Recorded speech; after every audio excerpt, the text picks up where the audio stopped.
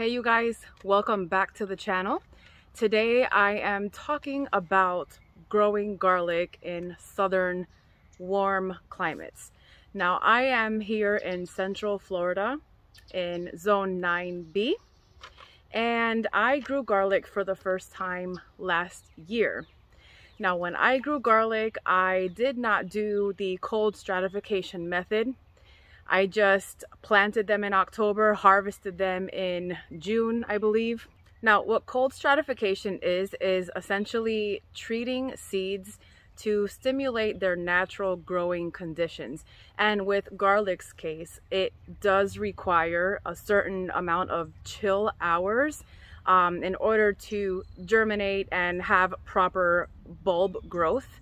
Now, Florida, we don't usually have as many chill hours as the garlic prefers. So a lot of times you'll hear cold stratification methods being done for certain crops like garlic. And so essentially what that is it's putting the garlic bulbs or cloves in the refrigerator for a minimum of 2 weeks up to 2 months. The longer you have them in the refrigerator, the better the growth will be. Now, I love garlic. I use it a lot in the kitchen, in my cooking. And so I did a test trial last year where I grew garlic without doing the cold stratification method, and the results were wonderful. I was able to harvest full-size bulbs of garlic, ones that you would normally find and purchase in your local supermarket. And it tasted exactly the same. It was a very good quality garlic, and it worked out for me. Now, when it comes to garlic, there are two main types of garlic. There are soft-necked varieties and hard-neck varieties. The hard-neck varieties, they require a lot longer chill time, and they prefer growing in colder climates. So we don't typically grow hard-neck varieties out here in Florida.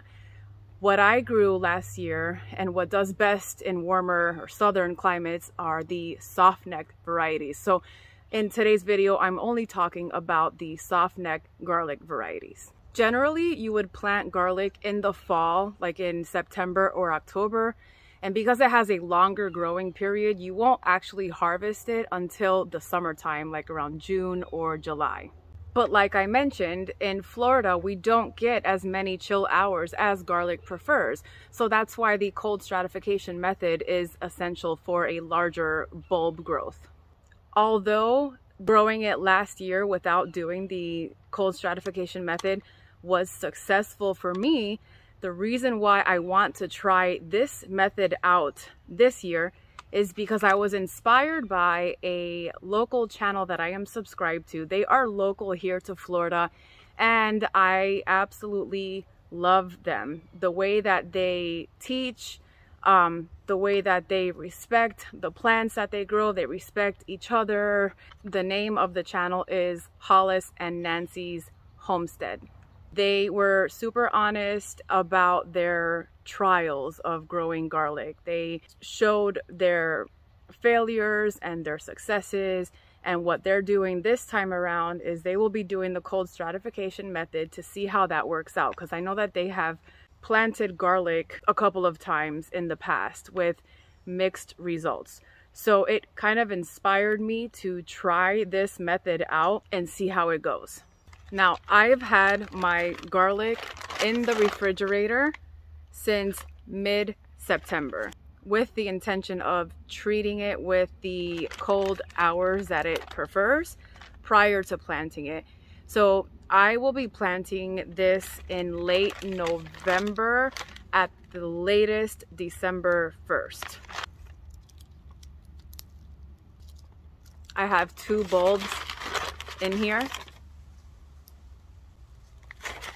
Now, when it comes time to planting, what I'll do is I will either plant them in a large 20-gallon container, not so much for the depth, but more so for the space, just to provide them with enough space. They don't like to be crowded, so I want to plant as many bulbs or cloves, excuse me, as I can in a small space. But I will also most likely dedicate an entire raised bed just for garlic because I love it so much and it preserves wonderfully. It lasts for months and months on end if you store it properly inside of your home or in a root cellar, somewhere where it's dark, not too much humidity.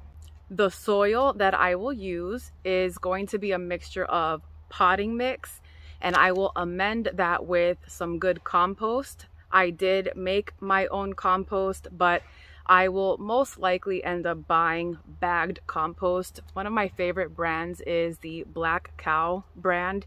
It works really, really well.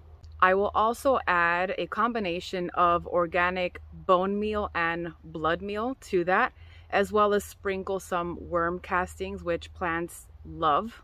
I will then fertilize it monthly with some bone meal. I'll probably just side dress it or top it with bone meal.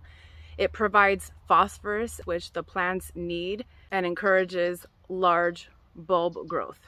Now, one of these cloves here will produce an entire bulb of garlic. And the larger the clove, the larger the bulb. So you don't want to plant little tiny cloves because you'll end up with a very tiny bulb, which if that's fine for you, that's wonderful. But I am not a fan of peeling garlic so much, so I would rather just go big, which works well for me. So I'll take this apart and I won't even peel the skins off. I will leave the skins on because if you peel it off, they're more prone to rotting or catching diseases.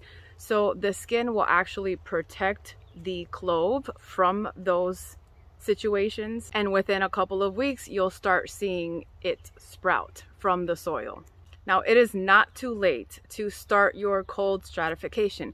You don't have to do it. You can do what I did last year and just try it out. Take the largest cloves that you can. Make sure that it's a soft neck variety. If you are planting in a southern climate, try to do it in October if possible. And then you'll want to harvest around June, no later than July. If you do the cold stratification method, it's still early. You can get away with as little as 2 to 3 weeks in the refrigerator. If you start now, which is we're in late October, you can essentially leave it in your fridge and plant it on the 1st of December. And you can still harvest in the summertime and get really good results. So I hope you join me on my journey to grow garlic in hot climates. Let me know if you've done so before or if you plan on doing so. And I'll be sure to post an update in a few months from now, as well as a harvest video in the summertime. As always, thank you so much for watching and for sticking around. If you haven't already done so, please like and subscribe to the channel if you would like more content like this in the future. I hope you have an amazing day.